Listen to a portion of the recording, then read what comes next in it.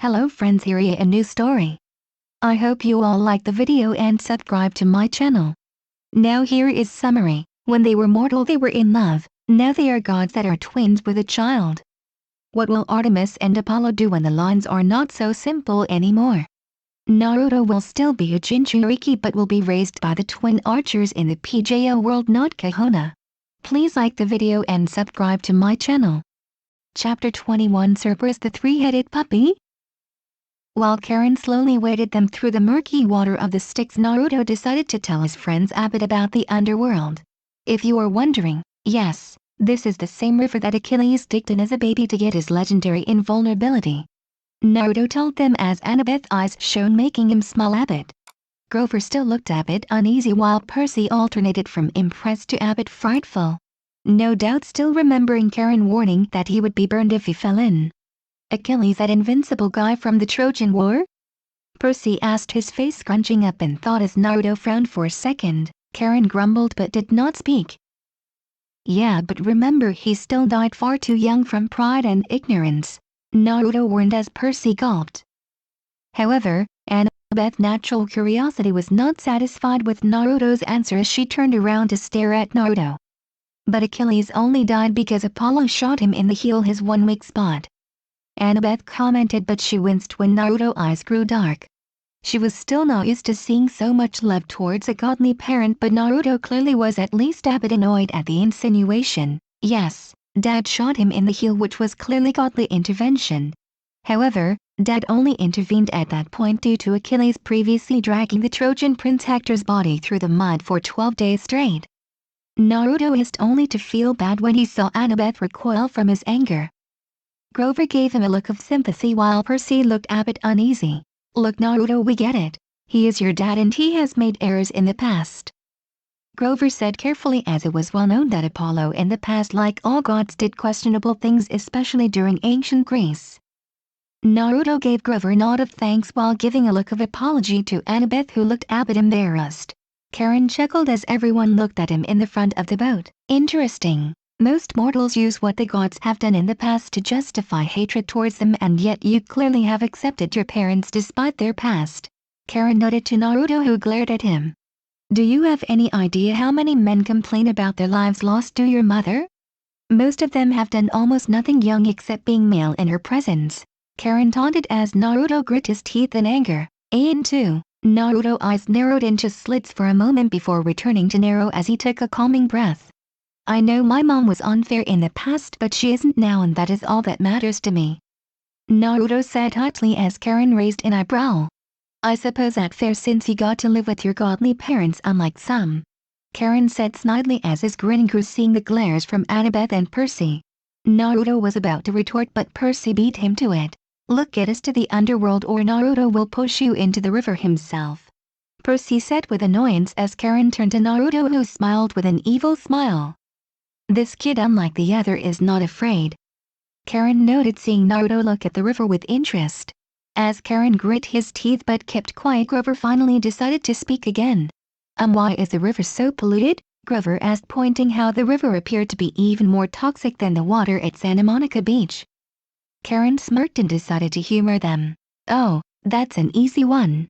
For thousands of years your mortals have been putting in your dreams, hopes and wasted efforts, and this is the result. Looks nice, doesn't it? Karen asked sarcastically, pointing to the bubbling water. Annabeth and Grover looked green at the water while Percy looked like he was concentrating. After a moment he gave a resigned and frustrated sigh. Naruto looked at the water with annoyance as he contemplated tossing on Karen in just to shut the immortal up. He soon realized it would be pointless as they were in Hades' domain, so if he was annoyed, monsters would attack much more frequently. In the distance everyone heard a very large howl that almost rocked the boat. Naruto's eyes narrowed while Grover whimpered, having an idea on what the sound was. Oh, old three-head sounds hungry, Karen remarked happily as Annabeth's eyes widened, realizing what they were about to deal with. Before anyone could shout, the shores of the underworld came into view and Karen parked the boat right next to the dock. Karen gave an exaggerated bow as the members quickly piled out of the boat as soon as possible. I would wish you luck, but sadly luck doesn't exist here, Karen mocked as he started to row the boat back to the entrance. As he was leaving, Karen shouted, "If all goes bad, maybe I will get a raise for delivering the son of Poseidon to Lord Hades' doorstep." Percy glared at the sound as Karen mocking laughs soon vanished. Annabeth shook her head as she looked nervously forward. "Percy, forget about him. We have much bigger problems," Annabeth said gently as Percy turned around and looked forward. "Yeah, Percy, we are in the worst place possible for a demigod," Grover whimpered as the group started to walk along the rock paths. "Besides, actually Tartarus pretty much," Naruto noted as he quickly analyzed the place, trying to find any places of interest. They passed a sign saying, "You are now entering Erebus." The entrance to the underworld was not quite what any of the questers expected. They soon entered a very crowded area with 3 lines. Naruto saw a line called Easy Death and 2 called Attendant on Duty. The Easy Death line had no staff around it and had a long line that basically went in a quick fashion. The other 2 lines had beings in black robes hovering with a metal detector line each soul needed to pass through. Those lines appear to not be moving at all in comparison. "This is basically airport security and a bad pile-up," Percy mumbled at the insanity of the place. He was expecting brimstone and Narva instead of what was a fairly bizarre airport security check-in. Annabeth pointed out the lines. "That one called Easy Death is line most mortals choose to go through. It leads to Asphodel Fields. It is actually the safest path in death. No judges, just enter and never leave," Annabeth said grimly as the line moved forward without any fuss. "What kind of place is the Asphodel Field?" Percy asked as the orientation film was rather bare on the underworld. "Just think of a wheat field in Kansas, with a bunch of nameless people who you can't even tell their faces from," Grover decided to answer as Percy looked appalled. "I doubt Lady Demeter would like that description, but I doubt she ever is in her anyways, so no harm, no foul." Naruto thought, having his parents talk about the grain-obsessed goddess in passing. "Why would anyone want to pick that line?" Percy asked in astonishment as Naruto gave him a sad look. "It is the place most mortals end up anyways. If you didn't do much good or evil or just a normal person, you will end up there," Naruto answered as Percy started to look nervous. Naruto pointed to the other lines with a grimmer expression. "Those lines are for people who want to be judged. It can either go very good for you or much worse. You are taking a high-risk, high-reward gamble, to be honest," Naruto remarked as Annabeth's eyes shone with determination. "Judged? By who?" Percy asked, finding the idea you could be judged by the underworld pretty ridiculous. "What, they look at your height and decide you pass?" Percy thought sarcastically. "There is a panel of 3 judges that rotate every once in a way. People like King Midas, Thomas Jefferson, Shakespeare, people like that. They are mostly famous people, or Hades sometimes intervenes directly on your fate," Annabeth told Percy, who gulped at the idea his uncle judging his soul. "So, what happens if you are judged as bad?" Percy asked, wondering what the bad people went. Naruto and Annabeth pointed grimly in a distant field where screaming could be heard. "The Fields of Punishments. Let's just say it's the place where Hades rewards the people who did evil in life," Grover said without a sense of humor. Percy gasped as he pointed at one spirit he recognized. "Grover, it's that preacher from TV." Percy yelped as the group saw a man get dragged out of the line and with him kicking and shouting to be dragged towards the field of punishment. He was a real creep who took a bunch of donations and bolted, trying to take it all for himself. He died when his car was hit in an accident, and I guess Hades didn't like the stealing part, Grover told Naruto and Annabeth, who frowned but lacked pity. "Wait.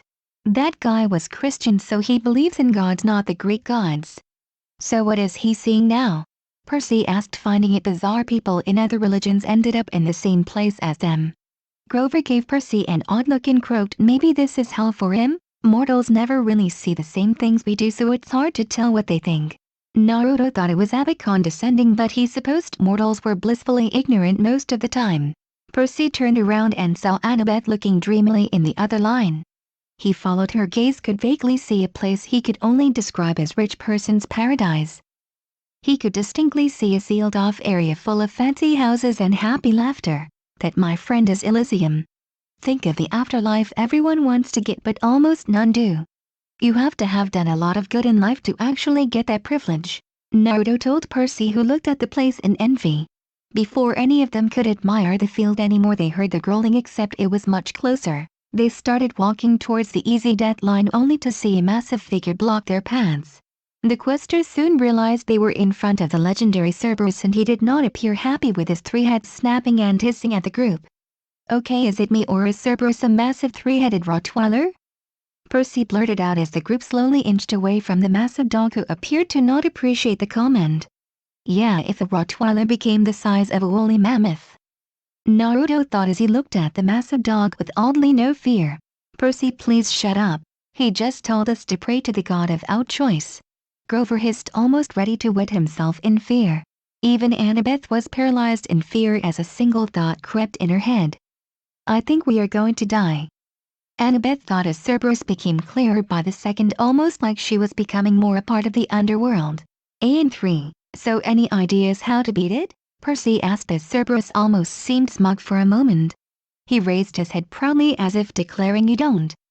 Annabeth said, "I can only remember Hercules subduing Cerberus before, and he had to literally beat him to the ground and wrestle his neck to win. I can't see us doing that." Unfortunately, that appeared to be the wrong thing to say as Cerberus growled and howled much louder, glaring at Annabeth, making her whimper more. Please don't mention Hercules again. Cerberus isn't very happy about that," Grover said pleadingly. Naruto added, "Cerberus' exact words are, if you mention that brute again, I will chew every one of your heads for breakfast and shit you out for dinner." Everyone, including Cerberus, looked at Naruto in astonishment for translating Cerberus's growls. Naruto sent them a dull look before calmly walking towards Cerberus. "Hi, son of Artemis. You think I can't talk to dogs?" Naruto asked rhetorically. "Naruto, no!" Annabeth shouted quietly in fear for her friend. Grover and Percy were too paralyzed in fear and shocked to say anything as Naruto continued to walk towards the three-headed dog with a calm expression. The middle head growled and Naruto heard, "What is this human doing?" The left and right head were saying, "Let's eat him first." "I agree." Naruto stopped and looked directly at the dog before shouting, "I think you need some head pats." There was a moment of silence before Percy, Annabeth, and Grover jaws dropped in disbelief. Even Cerberus looked at Naruto in utter shock with all three of its heads. Before anyone could react, Naruto leapt up in a single impressive jump and landed on the middle head and started to scratch the top roughly. There was silence before Cerberus started to whine with pleasure. Before anyone could take it in, 3 Narutos appeared in smoke and 2 of them went onto the other heads. All 3 heads were pet at the same time while Naruto landed on the floor in front of the group with a happy and satisfied smile. Cerberus's groans of happiness soon expelled from all 3 heads as the dog sat down and began to roll around a little. Frightened spirits screamed as they ran away from Cerberus' massive frame. Percy decided to summarize the group's thoughts. "So, Cerberus, guardian of the underworld, likes to be pet like a normal dog?" Percy said with pure indignation, watching the dog happily growl from the constant attention of Naruto's clones. Naruto gave them amused looks as he gestured for them to follow him as they snuck past the easy death line. This, however, set off many alarms as red lights and bells activated. The group soon started running deeper into the underworld. The robed guards were prevented from following the group as Cerberus blocked the gateway completely. Once, he rolled over and refused to move from the attention he was getting. Naruto continued to whistle as they ran past the check-in, and soon the alarms were so distant the group could start to walk again. Annabeth decided to break the ice and touched Naruto's shoulder, making him turn around. "Yes? Is there something the matter?" Naruto asked calmly as Annabeth resisted twitching an eyebrow at Naruto's easygoing attitude. "What is going to happen once your clones disappear?" Annabeth asked nervously as she assumed his clones couldn't exist forever. Naruto laughed and said, "Oh, I will simply have each clone give each head one of these." There was a puff of smoke and giant red rubber ball appeared in Naruto's hand. It was easily several times Naruto, but he held it easily in his hand as if it weighed nothing. "Is that a rubber ball?" Grover asked skeptically, not just because of its size but also the absurd notion Naruto was carrying this around. Naruto nodded as the ball disappeared in a puff of smoke. "Yeah, we use smaller ones to train our new wolves," Naruto said in a matter-of-fact way as everyone looked at him in surprise. "Wait, you have wolves?" Percy asked, rather impressed and shocked. Naruto gave him an odd look before realizing Percy never met the hunt before. "Yeah, hunt has hunter wolves that hunt with us.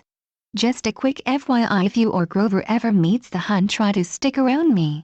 They might bite a hand off or a foot. You know, wolf instincts," Naruto warned them cheerfully as Percy and Grover looked at him in fear. "And 4, bite?" Percy said in fear as Naruto shrugged. Annabeth quickly realized she was excluded from the warning. What about me? She asked curiously as Naruto gave him a shrug. Our wolves are trained to never hurt girls unless mom explicitly says so. So you would be fine. Naruto said nonchalantly as Grover and Percy gave Annabeth a quick look of resentment. Lucky her. They thought together. Annabeth got back on track and asked, so you train wolves to be somewhat tame with rubber balls? Annabeth asked skeptically as Naruto gave her an odd look. Well, that and some commands and head pats, but yeah, basically. Mom had to really train the wolves when I was born being a guy, but I think I had her sent as I was told they were more curious than anything around me till I bonded with them all. Naruto said contently. Time with the hunt and Artemis. That would be Elysium for me. Grover thought dreamily. Naruto life is pretty insane. Talking about wolves who would rip me apart so casually. Percy thought cautiously. Annabeth was looking at her friend with the corner of her eye. Naruto was born mortal but clearly has at least some traits from both of his parents. Is this because he wasn't born in a conventional way? Annabeth thought, her Athena brain on hyperdrive. In 5, onwards to Hades. No point being subtle. Even if it wasn't his domain, our little show with Cerberus alerted everyone we are here. Naruto said cheerfully as the group sweat dropped, following him deeper into the underworld. Damn right, rubber balls. How else do we train our wolves' teeth and claws without something fun and something they can't bite through? Naruto, though, in a slightly annoyed thought. He was not pleased his friends thought it was so silly. It was part of the hunt. Bio.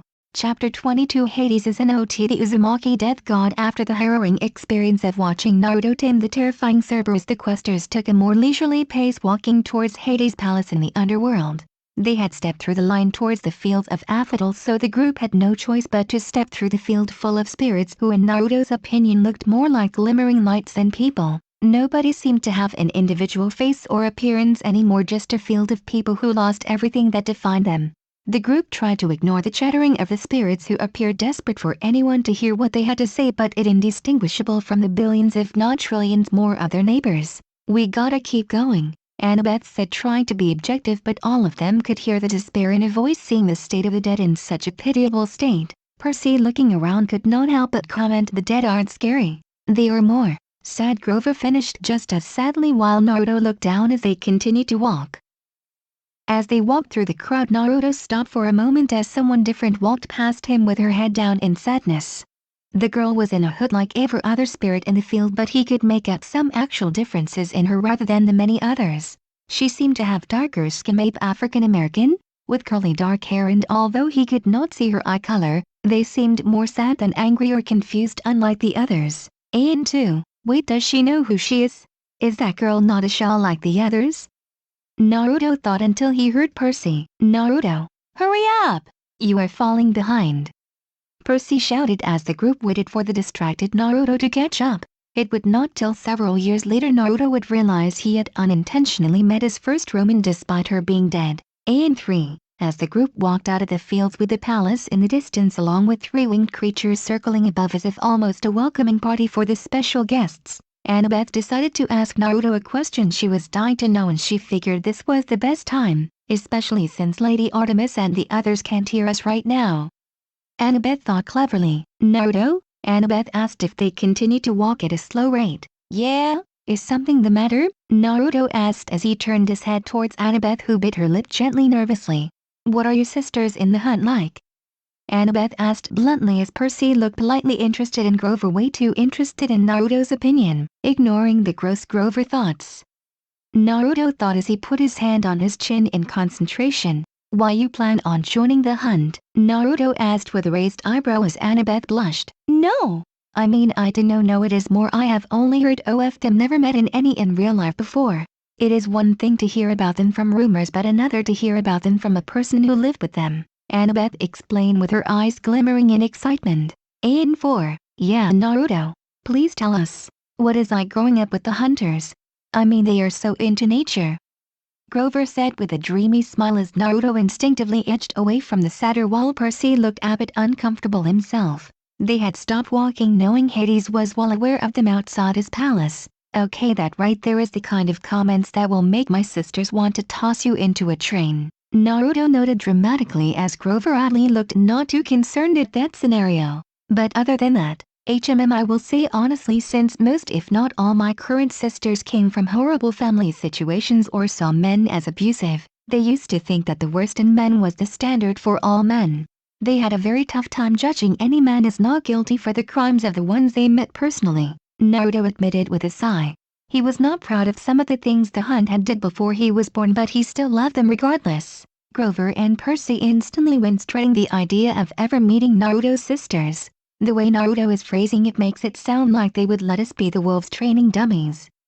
Percy thought, feeling nervous. Annabeth was not quite so thrilled with the ideas of immortal girl teens who seemed rather hateful according to Naruto, but she caught something in Naruto's phrasing. Wait, used to? Annabeth asked inquisitively as Naruto had a small smile at her wise mind. Yeah, used to.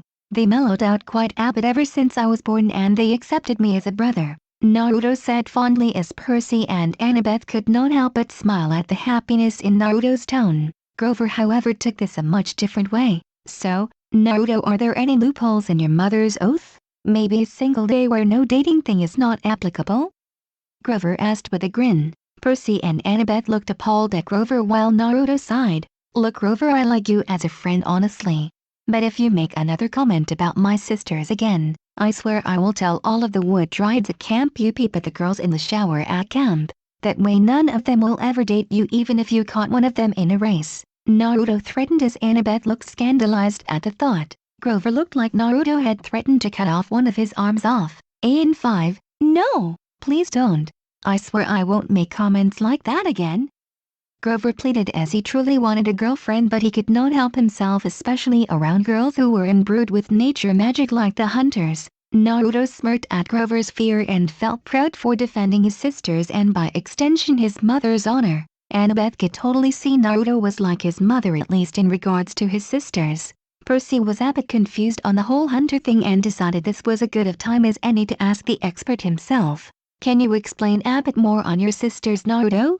The film doesn't really go into Artemis or her hunters very much, Percy asked as Naruto shrugged a shoulder. Why not? Basically, my mom is the virgin goddess of the hunt, so thousands of years ago she made a deal with her father Lord Zeus to have immortal handmaidens hunt with mom without aging forever. Mom originally treated them like her sisters in arms, but as the generations of hunters changed, they become closer to her daughters, hence why they are my sisters in all but blood.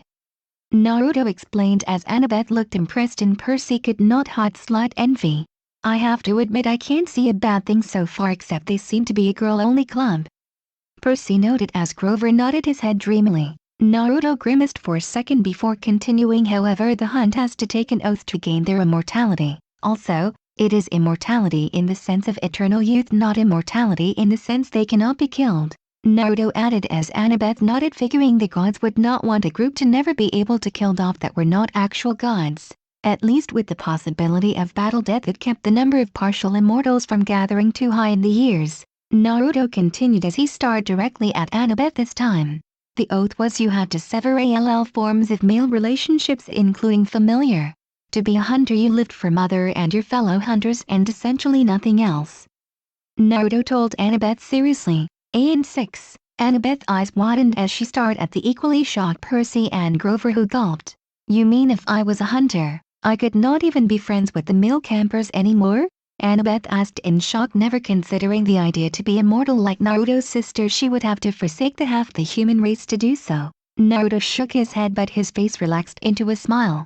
If we were talking ancient Greece times, then you would forsake those bonds, but I can tell you back then a lot of women would be more than willing to give up any male contact. Men back then were a bit less civilized after all, Naruto said awkwardly as Percy and Grover quickly got the hidden message. Pillaging and raping was common in ancient Greece after all. After moving to American, mom allows the oath to have some leeway on male friendships and family ties, but she still expects her hunters to stay with the pack and not go off on silly tangents, Naruto explained as Annabeth sighed in relief. Also, you can't fall in love or you'll break your oath, Naruto added cheerfully. Percy decided to ask the million-dollar question, so what happens if one of your sisters falls in love? Naruto gave him a crooked smile and said rather matter-of-factly, if mom found out and the girl lost her virginity, she would kill you on the spot or turn you into an animal for the rest of your life. Everyone lost all color in their faces and Naruto let them stay that way for a few seconds before he laughed loudly, bringing back to reality. Just kidding! Naruto chirped as Percy, Grover and Annabeth gave him nervous chuckles. So, Lady Artemis doesn't kill the girls who stray? Annabeth asked hopefully. Naruto gave the so-so movement of his right hand. She used to in the old days, but nowadays if a girl strays or chooses to leave the hunt, she simply takes away her blessing and leaves you be. Grover was about to ask something, so Naruto decided to interrupt. Before you ask if a girl changes her mind or breaks up with a guy before having sex. No, she cannot have the blessing placed on her again. It is a one-time offer, so once you lose the blessing you can never again have it ever. Naruto said seriously as Annabeth gulped. And 7. Seeing how his friends had no further questions, Naruto turned back towards Hades' castle with a huge grin. Let's pay dear old Lord Hades that long overdue hello, shall we? Naruto said cheerfully. The other questers, especially Percy and Annabeth, were far less impressed. Yay, meeting an uncle who wants to smoke me for being alive. Nothing can possibly go wrong. Percy mumbled sarcastically. They had not even taken more than 20 steps towards Hades' castles when Grover's shoes grew wings, much to everyone's surprise. Maya! Maya! Grover commanded, trying to turn the shoes back to normal, but it appeared the command no longer worked. This feeling, it feels like magic, like mom and dad are enchanting something. Naruto thought, sensing a power coming from the shoes. All of a sudden, without warning, the shoes started to fly into the air, lifting themselves so Grover was upside down with his arms flailing uselessly. Maya! Maya! Help! Grover screamed as his shoes seemed to have a mind of its own and started to fly, drag Grover away from Hades' palace into a new direction. Grover! Percy shouted as they all sprinted to catch up to the struggling Grover. Try to grab onto something, Annabeth warned as they continued to run after Grover. It seemed like a sound idea, except Grover was about 10 feet in the air with nothing to grab onto as the shoes raced towards a tunnel, which made everyone pause for a second. That is the entrance to, Annabeth said in shock and despair as Percy tried shaking her despite his own fear.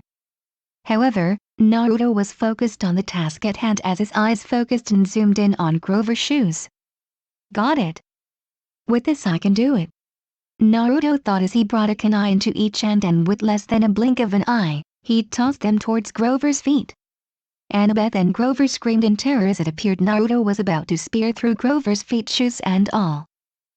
However, the kunai skimmed past Grover's feet, and unbeknownst to everyone except Naruto, they each had a thin layer of different element chakras surrounding them. Naruto remembered his lessons about the cutting power of different chakra natures. Listen here, champ. When chakra can cut through things if you make the edge sharp enough, Apollo told him in one lesson. Sweetheart, lighting style can cut through things by increasing the vibrations to a point where it can cut deeper than wind style, Artemis told him in a different lesson. One kunai had wind and the other had lightning chakra nature, so when they skimmed past Grover's shoes, the chakra extended just enough to shred Grover's shoes without hurting Grover himself. Grover fell onto the ground with a thump as the mostly destroyed shoes were forced to fly themselves into the pit by themselves. Naruto quickly grabbed Grover and together with Annabeth and Percy ran away from the pit, putting a fair amount of distance between them. Just as then a dark unnatural wind came from the pit as if to express its anger. The group huffed in fright as they heard ancient chanting before Percy pulled out Riptide, which glowed its godly glow. This made the chanting pause for a few seconds before it resumed. They started walking back to Hades' palace before Naruto stated the obvious. That, my friends, is one of the lovely entrances to Tartarus where monsters go when they die. What was in that pit? It felt more evil than Ares or anything else, Percy asked as Naruto's eyes grew dark. One of Hades' minions? Grover asked hopefully before Naruto shook his head. No. It must be what remains of Kronos, the father of the Big Three and elder Olympians. Remember, Titans do not die just like gods don't die, Naruto warned as the others gulped. Grover turned to Naruto with a smile. Thanks for saving me. Although I thought you were going to take my legs off along with the shoes he had. Grover said nervously as Naruto huffed. Excuse me? I am the son of Artemis and Apollo. I would not miss a shot like that unless divine force interfered. Naruto said in annoyance with pride leaking into his voice as Annabeth and Percy chuckled at their friend. Annabeth then got worried. I can't believe Luke's shoes did that. Maybe Ares cursed them somehow? Annabeth wondered as Percy nodded his head slowly. As the two of them were discussing possible theories, Naruto's eyes narrowed. Luke's shoes? Can it be? Would he really do something like that? Naruto thought, deciding to keep the theory to himself for now. He knew Luke seemed like an ideal camper, so an accusation like that based on no true proof would only lead to denial. Grover and Annabeth were childhood friends of Luke's, while Percy seemed to idolize the guy, so they would not accept Luke being a villain without proof quite yet. They finished their little discussion right as they about to enter the Hades Palace. Outside of the actual palace was a pomegranate tree growing what smelled like the sweetest fruit in existence. Naruto had to physically restrain Percy and especially Grover from trying to eat it. No! If you even eat one seed or sip of the fruit, you will be struck in the underworld forever. Naruto snapped as the boy spoke, disappointed. Come on. Just a little bite. I am sure Lord Hades won't mind. Grover said half-heartedly as Naruto sighed. Look, when Persephone ate 3 seeds, it took Lord Zeus himself to override her staying in the underworld, and she still has to spend half the year here even now. Do you want to tempt the gods and see if they care if you stay here forever? Naruto asked rhetorically as the group eagerly walked past the tree with a lesson in mind.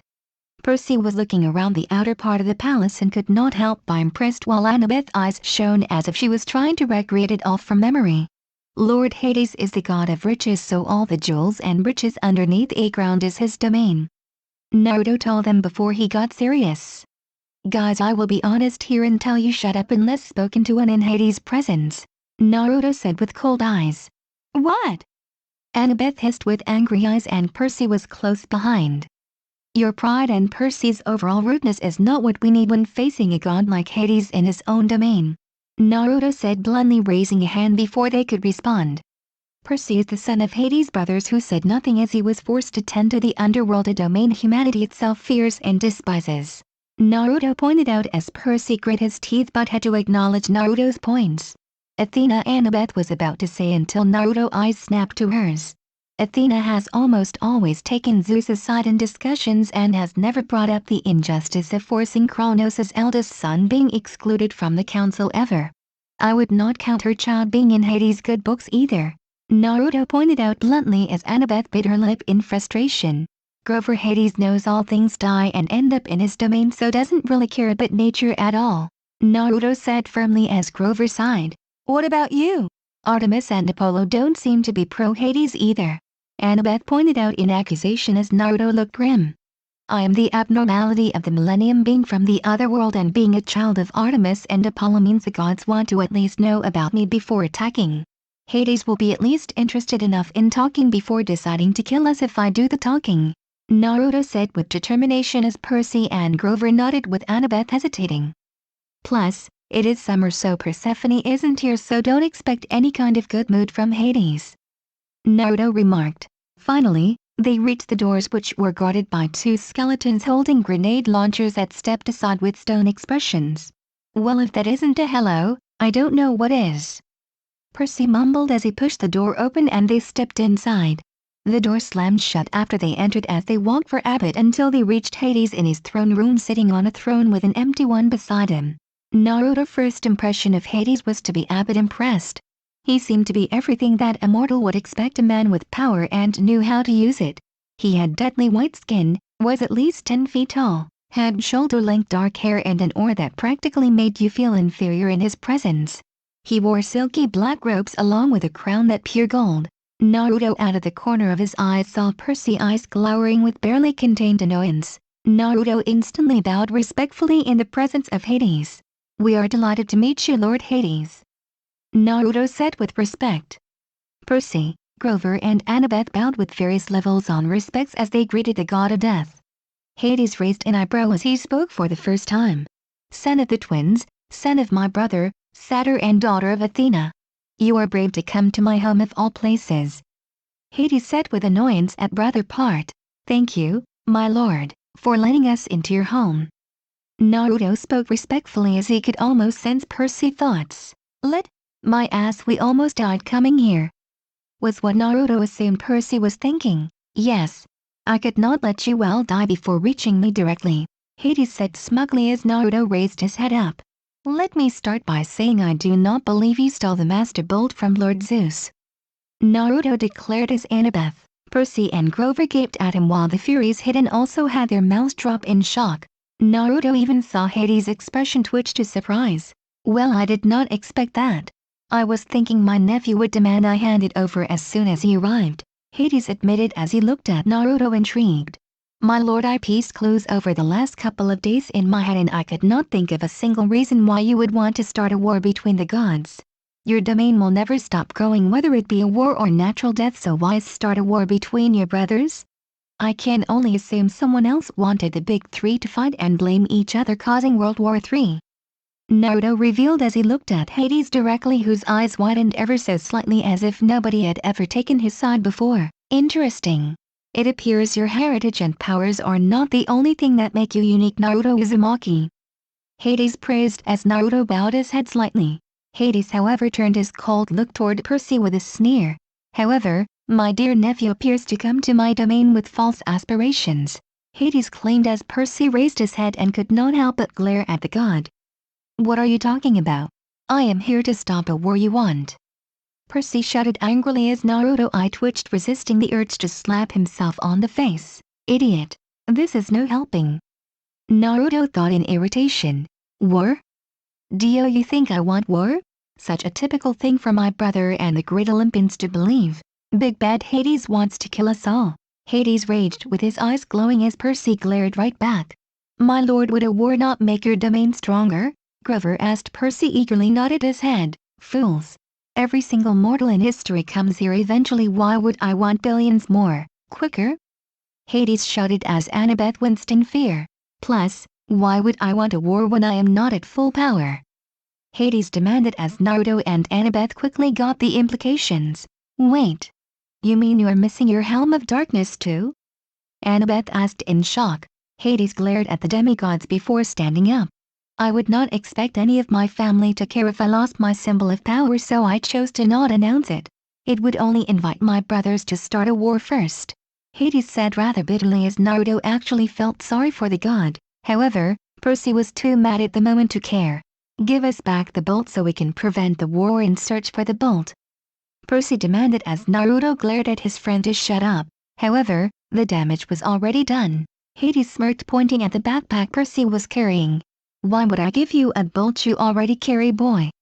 Hades revealed as everyone gasped. Percy? Naruto asked as Percy gulped, opening the pack up to see a golden glow coming from it.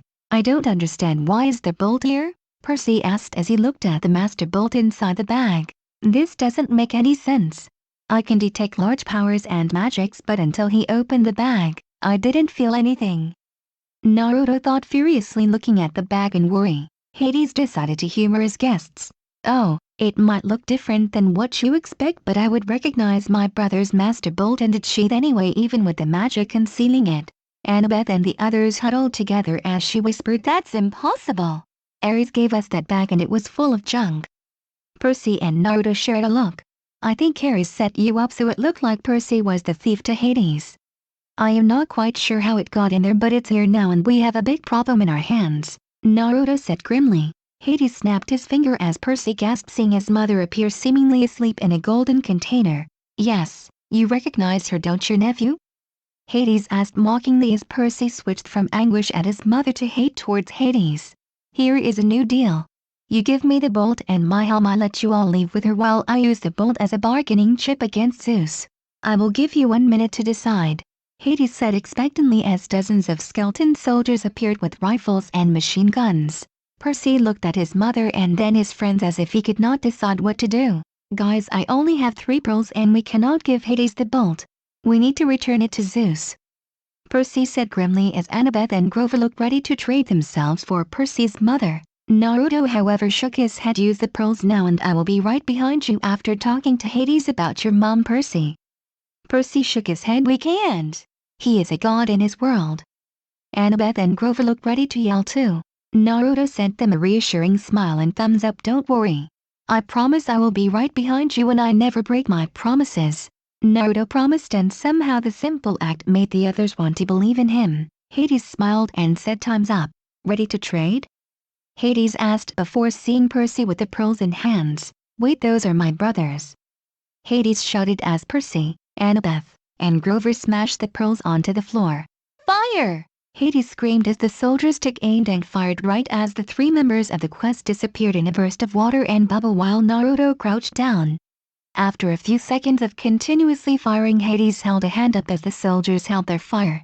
The smoke cleared as the questers were nowhere to be found and Naruto was not there either. Damn it all, Hades screamed in frustration before he heard chuckling from above. He and his soldiers looked up, and to their shock Naruto was standing upside down 100 feet in the air, sticking his on top of one of the stalactites growing his ceiling throne room. Naruto quickly did a movement with his hands and a puff of smoke was in front of Hades once again. The soldiers were about to fire again until Hades grudgingly raised a hand up. Electo, follow Percy Jackson to the surface, but only watch, do not interfere. I will have words with the child here, Hades commanded as the Fury bowed her head before flying off. Now Naruto Uzumaki, what shall you do? You are trapped in my domain and I do not sense any magical objects on you that can allow you to leave like my bothersome brother did with his child? Hades asked with an intrigued look. Naruto smirked, fingering a kunai with a three-point shape. Trust me my lord, I have my ways. Now before I leave, I want your word you will release Percy's mother to him when we get your helm back, Naruto said seriously as Hades looked almost amused. You are not going to make me swear on the river Styx, are you? You never know with gods. Hades remarked, but to his confusion Naruto shook his head. No, I won't. Despite what others think, I believe you Posse's honor. I can detect emotions to a certain degree and I have not felt hatred from you at all since I have arrived here. Lot of anger and resentment, but nothing that makes me think you will not honor your agreement if I honor mine, Naruto said resolutely as Hades looked away. What makes you think you can trust me? Nobody else in my family seems to want to try. Hades asked resentfully as Naruto produced a familiar fire in his hand. That is, Hades said with wide eyes. My godmother Onihestia's fire. Naruto confirmed as the fire lingered in his hand as Hades' eyes seemed transfixed on the fire with a hint of Naruto could swear was attachment. Her. Hades said softly with Naruto almost hearing my sister implied, making Naruto smile. A&8, Oni talks about you a lot when she's around, Naruto said fondly as Hades looked away again. If she cares so much, why does she not visit? Hades said bitterly, only to hear Naruto give him a deadpan look. Gods cannot enter another god's domain and you never leave this place. When was Auntie supposed to request you let her visit? Naruto asked rhetorically as Hades appeared to consider this. Very well Naruto Uzumaki. I shall honor your agreement and return Percy's mother when my helm is returned, Hades declared as Naruto nodded. Naruto stiffened and bowed his head in apology. Forgive me. I have to leave and save the Taurus from Ares. I can sense his power and killer intent, Naruto said before vanishing into thin air. Tisuphone and Megara hissed as they looked around. Where did he go? They demanded together while Hades looked thoughtful. That was not a godly power or fast transportation. Perhaps it is a power from that other world he came from? He mused before looking at the remaining two theories with a stern look. Like I told Electo, watch but do not interfere. Tell Naruto Uzumaki one wish to speak with him at a later date. Give him this to contact me when he wishes to talk, Hades commanded as he produced a black stone with a visible aura for a moment. The Furies were shocked their master was interested in a demigod but bowed before flying off. Hades chuckled to himself as he sat back in his throne. Interesting indeed. Perhaps if sister placed trust in a demigod and blessed him with her powers, I shall do it as well. It can be a first for us both, Hades said thoughtfully. He looked up at the ceiling and thought sister mournfully, remembering the one sibling who did not shun him after getting the role of the underworld. I hope you all liked the video. And if you all want the next part of this video, please like the video and comment 3 hearts. Please subscribe to my channel so whenever I upload a video you will notify.